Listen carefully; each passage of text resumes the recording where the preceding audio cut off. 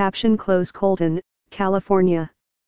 AP, as the eldest son among 15 children, Senegalese Taylor Saliou Ndiaye was his family's greatest hope for a better life in a city rife with unemployment where many still travel by horse-drawn cart. He learned to sew as a child, and for years sent money to his parents, first from his country's capital and later from a factory job in Brazil. But after Ndiaye embarked on a lengthy journey to the United States, their dreams were dashed.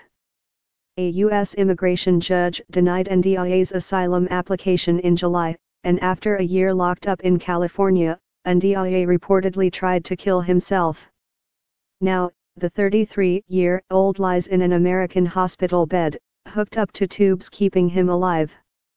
Immigration authorities recently stopped efforts to deport Ndiaye and released him from custody in a decision that under normal circumstances would be cause for celebration but in this case has drawn criticism from his supporters.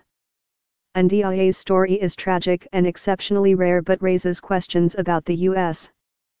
government's responsibility for detainees' medical care in an immense immigration system, where more than 300,000 people cycle through detention centers each year.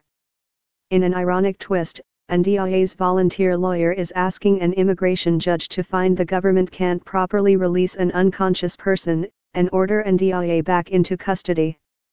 She wants the U.S. government to remain responsible for his care and potentially his return to Senegal, where Ndiaye's parents pray for a miracle.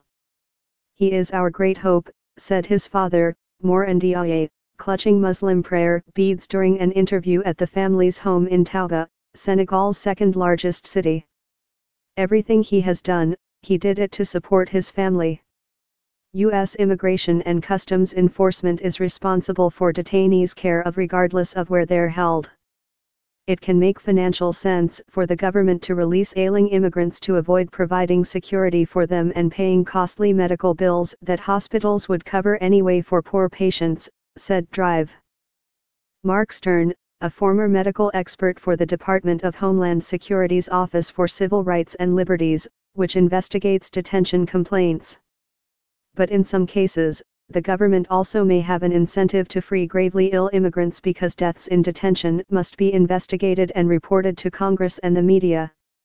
"It may count against them if he dies in custody," Stern said.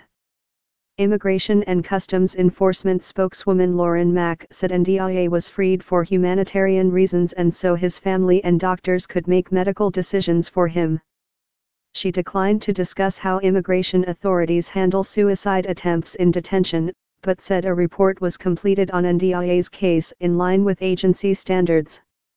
It isn't the first time immigrant advocates have raised concerns about the release of ill detainees. In 2015, Ethiopian immigrant Tika Gulama was hospitalized for an infection while in detention in Alabama. He was guarded by authorities for nearly a year but freed less than 2 months before his death in a hospital bed, said Christina Mansfield, co-founder of Community Initiatives for Visiting Immigrants in Confinement. As of last week, Ndiaye lay in a hospital bed at Arrowhead Regional Medical Center, in the Southern California city of Colton, with a tube through his neck to help him breathe and another one for feeding.